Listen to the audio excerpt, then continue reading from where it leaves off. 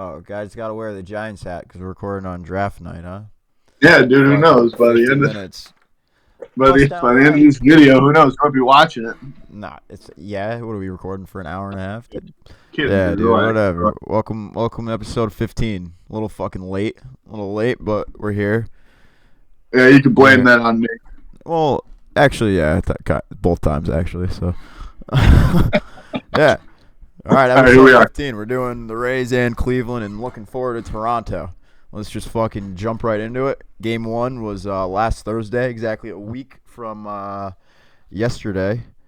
The Yanks had a pretty good, nice little win. Will Warren had a real rough game. One and 2/3 innings pitched, 4 hits, 1 run, 2 walks, 1 strikeout. Left the bases loaded. Was just missing all of his spots essentially. Just a shaky start. Got him out of there before it got ugly. Big Ben Rice day, 4 for 5. Judge 1 for 4. Goldie 2 for 5. Waldo 2 for 3 with his first homer of the year.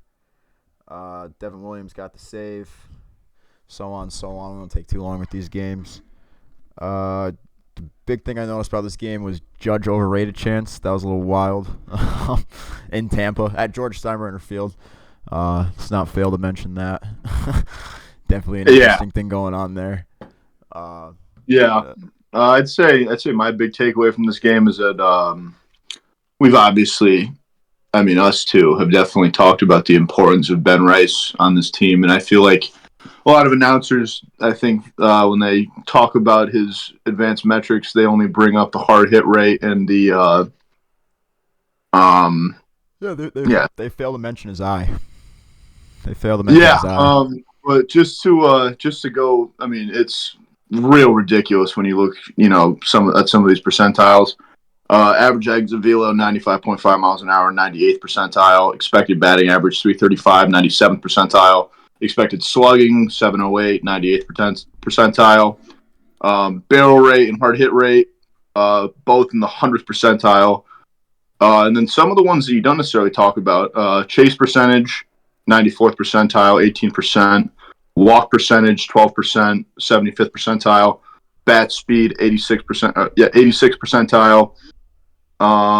The only real bad one is whiff rate, and that's at the 33rd percentile. But that's the only blue that you see on that baseball savant page. And that a lot of that comes from breaking balls, and he's gotten a lot better with the breaking stuff this year, especially with the lefties. He's been hitting the lefty breaking ball a lot better than he did last year. And obviously when you got a good eye and make hard contact, you can deal with some whiff rate. So yeah, no real huge complaints there. Let's move on to game 2 so we can get through this. This whole series had I wrote that down. This whole series had 2020 Mets Yanks written like all over it. Fucking Yanks wearing fucking just the Mets being the home team at Yankee Stadium and the Rays being the home team at Georgia. It just felt weird. It felt like the Yankees should have been wearing pinstripes. But let's move on to game 2, which was the 1-0 game last Friday night. No Austin Wells because of food poisoning. He's obviously all right now.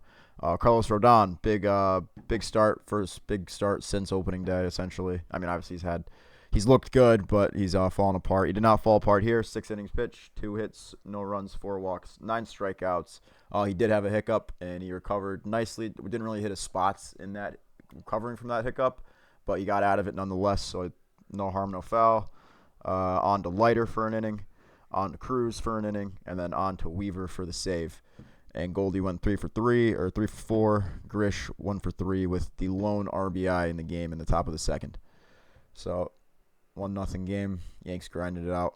Pitching looked great. Rodon didn't implode. Yeah. I don't know if you that's all you can ask from a guy like Rodon. Especially the last 2 or 3 starts leading up before that. It just felt like it was a matter of time when things were to fall apart, and he did have those moments, but just kept it together. And we'll talk about it later, obviously. But he's got another start. Things are looking up. Things are looking up with Carlos Rodon for sure. Yeah, as of right now, as of the last 2 starts, which we'll get to. On to game 3, which was the real blemish here on this past weekend, the 8-10 loss in extras. Carlos Carrasco certainly didn't look good. 4 innings pitched, 6 hits, 4 runs, 2 walks, 1 strikeout. The rest of the bullpen looked dominant. Hamilton, Leiter, Weaver, all 3 of them looked good. Huge day for the bats, obviously putting up 8 runs. Judge 3 for 5, Grish 2 for 4 with a homer. It hurt. It hurt like hell. I think it was 6-1 at one point, and then they fell apart. And then that's when we went on to Devin Williams, and he imploded, gave up 4 runs. The real first big blow up for him, which is a huge conversation right now in Yankee land. Again, Luke Weaver, should he be the closer? Yeah, I mean, it's when Luke Weaver has 13 scoreless innings to start the year, 13 strikeouts. Yeah, I think the big question is at what time do you really consider pulling the plug on Devin Williams? The good thing now, obviously, at this time they weren't 15-10, but the Yankees still do have a half-game lead over the AL East. I mean, people aren't necessarily, the Yankees aren't everything's all necessarily right for falling now. apart yet, even with Williams' early struggle. So, yeah, I think that's just a question that Booney's going to have to answer of how much more leeway do you give Devin Williams? Given his track record too. No, I mean we knew this was going to happen, considering he's always started slow. But it's a lot different when you start slow in Pinstripes compared to starting slow in Milwaukee. Especially Don't necessarily have nearly as much of a spotlight on you in Milwaukee. But yeah, I mean it's you can always be happy to have a guy like Luke Weaver, behind them. It's not like they don't have anybody to throw in there. Yeah. Thank God. But it's not like last year where Weaver was a huge surprise in being this dominant reliever. Then obviously got thrown into the closer role later. I guess we'll see. The thing I have with it is, what are they going to do with Williams if they take him out of the closer role? So is he just going to come in the 8th and implode instead? So like, that's very true. I just don't really know. I don't really know what the point is at this point, besides just ride it out, and then that could just derail him further, taking him out of that role that he's been in for so long. And to Clay Holmes' credit too, last year after tying the record for the most blown saves through a certain amount of starts early on, when he was given that bad news of saying, hey, you're getting bumped down and you're not closing games anymore, he took it and ran with it and was legit in that 7th, 8th inning spot. And he had. And I don't think anybody really gave him the credit for that. But I mean, not many people can do that, especially when you're like Devin Williams, who he's been closing. Move like that. Yeah, a move like that kills your confidence. I mean, I can only imagine what's going on through his head right now. Just having a kid. Struggling as much as he has under the spotlight of playing for the Yankees. It's definitely not easy. Huge spotlight. Yeah, without a doubt. But yeah, I mean, I guess we'll see. Who knows? Yeah, I guess we will see. The one more thing with this game was Ben Rice got plunked, but he ended up being okay. Came back a couple days later, and he's still hitting the piss out of the ball. So everything's good there. On to Sunday. Yanks win 4-0. It was 420, so naturally, Cody Bellinger hits his second homer of the year, his first one since the second game of the season. He's third straight 420 with a homer. Naturally, don't call it a narrative. Yeah, don't call it a narrative. Max Fried got the start. Another immaculate start from him. 7 2/3, 2 hits, no runs, 2 walks. 2 strikeouts. Is that right? Did I write that? I might have. I don't think that's right. Maybe that is right. I don't even know. His ERA knocked down to 1.42 on the season now, and then Cruz came on for the save because used the hell out of Williams and Weaver. 1 1/3, no hits, no runs, 3 walks, 1 strikeout. Trent Grisham also went yard. 4-0. 4-0 win. Big, good to see him bounce back after the blow up on Saturday. Not much there. Yanks won the series 3-1. It really sucks they didn't take that sweep, especially given what happened in Cleveland, which we'll get to right now. Monday night, 4-6 loss. Clark Schmidt looked rocky. 4 innings pitched, 7 hits, 5 runs, 3 walks, 7 strikeouts. Gave up a home run to Ramirez and Mazzarato. Big thing with Schmidt is that he still had the strikeouts, and he was still able to get through 4 innings. Not really hitting the panic button yet. Yeah, it definitely wasn't a blow up, especially considering it's still early in his, I guess you could call it rehab process still. Still on that count. Yeah, I mean, I have something to add after we finish the series, but yeah, go ahead. Yep. So he handed it off to Gomez, who went 3 innings, 3 hits, 1 run. Decent little outing there. On to Yarbrough for an inning. The Yanks hitting was pretty silent, aside from Paul Goldschmidt, 2 for 3, which he just keeps on. The multi-hit games just keep on piling up for him. The Yankees tried to come back, got two run homers from Dominguez and Jazz late, but it was not enough to come back. So 4-6 loss there. On to Tuesday night, a 2-3 loss, another kind of sucky loss because Warren went 5 innings, 3 hits, 2 runs, 1 walk, 5 strikeouts. He looked a lot better than the last start we just recently talked about. He just kind of fell apart a bit there late, and 2 runs is 2 runs. And then Leiter came on for 2/3, 3 hits, gave up another run. Tim Hill on a wild pitch, right? Yep. Tim Hill, inning and a third, no hits, no runs, no walks, no strikeouts, and then Weaver pitched an inning late in the game. No hits, no runs, no walks, and no strikeouts. Judge went 4 for 4. Just keeps on cracking that batting average up, which is insane. It's April 24th. The guy's hitting almost 450, which is just fucking stupid. Ben Rice came back this game, leadoff homer.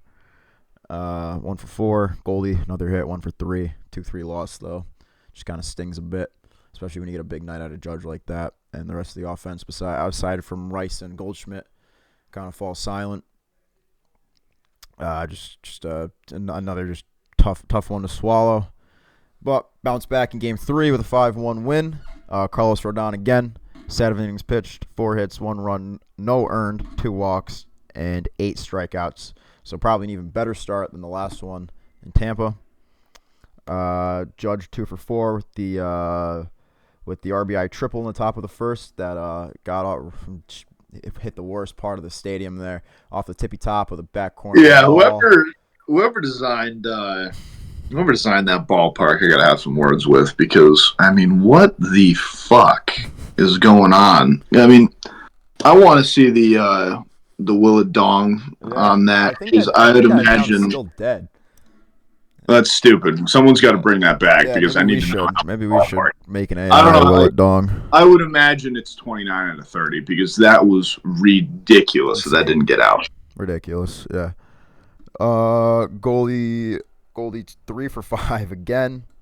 Dominguez 2 for 4. Cruz came in for an inning. No hits, no runs, no walks, 2 strikeouts, and then Weaver closed it out. 1 inning, 1 hit, no runs, no walks, no strikeouts. 5-1 win. And Do you remember when everybody called Paul Goldschmidt just like a non-factor when we signed him for $10 million earlier in the offseason, and now he's one of the hottest hitters in baseball? That's second in batting average, only behind Aaron Judge. More than anybody could have asked for from a guy like that. But, I mean, still, a guy that was 2 years removed from an MVP definitely can still hit the ball a little bit. And, coming off a year where, everybody considers it a very, very down year, but still had an above-average OPS. I think it was around 720, 725 around. But, yeah, I mean, just absolutely more than anybody could have asked for out of Paul Goldschmidt, which, thank God, because without him, you look at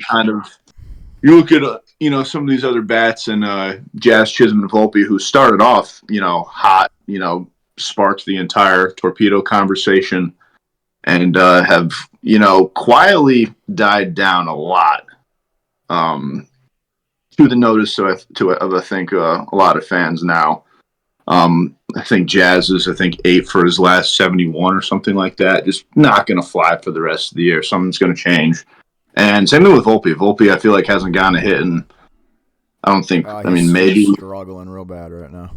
real bad. And that's a guy where you look at what Volpe's done with the Yankees over the last 2 years and the amount of off days that he's got. It's when he goes into these struggles, I think Boone's decision is, hey, you know what, that's our guy at short, and that's, the end all be all no matter what. You wonder maybe taking him out. Yeah, I mean, there's been a lot of talk of that, but you can't really do that. You can't send him down. You can't really pull him from the definitely, lineup. yeah, definitely not The to only that thing you can really extent. do is ride with him. He started off a little hot. He's obviously been very streaky so far in his time as a Yankee. So hopefully he just pans it out a bit, figures it out. You're still getting top tier defense at shortstop, which is a bit of 100%. But you also look at a lot of the utility men on this team. Peraza, obviously. Cabrera can also play short. Yeah. I mean, I would love to see at least one day where he just, gets a day off because I feel like he's played every single game this year, has he not? Yeah, I mean that's also the one big thing about him though is you can rely on him pendulum at shortstop. He's been That's true. The best ability, the best ability is availability. So I can't really knock him for that. Yeah. So yep, that wraps up Cleveland and Tampa. Yanks end up 4-3 on the road trip. Certainly could have been very opposite of that. I feel like this probably should have been a 7-1 type of road or 6-1 type of road trip. But just ended up, that's baseball season. Yep. So looking forward, we got Toronto this weekend. We'll be there on Saturday. But Friday night, we got Jose Barrios against Carrasco. Both their ERAs above 5. So balls might be flying on Friday night. Saturday Maybe it's an over day. Who knows? Maybe it is. Life's too short to take the under. Saturday, we got Gausman versus Fried. We'll be there. Forecast is looking a little shitty, but I'm sure they'll play ball at some point. And Sunday afternoon, Bassett versus Schmidt. Hopefully he can bounce back because Bassett's ERA is down at 1.88 so far this year. Whoa. Yeah, so Yanks stop home, take on Toronto this weekend, and then off to Baltimore to end the month. So, yep, I think I don't really have much else. A little bit of a struggle bus of a road trip, to be honest, as promising as it could have looked. Bit of a rocky road trip. Yeah. You still look at the standings, though, in the AL East, and, Boston did win, or actually they lost today. So, yeah, we're still atop a division that's just trudging along. Yeah. Might be the story 50 games down the road, 60, 80, who knows. But you definitely can't continue this year thinking that. You got to definitely try to make some sort of jump. This division's going to be a lot better than it's looking right now. So Yankees are going to have to start piling together some wins here, win streaks. Yeah, hopefully they can do that against Toronto. Division series coming up this weekend. Yes, sir. That's all. Gonna go watch the draft. If the Giants don't draft Abdul Carter, I might jump off of a bridge. All right, good to know. We'll smell you guys later. See ya.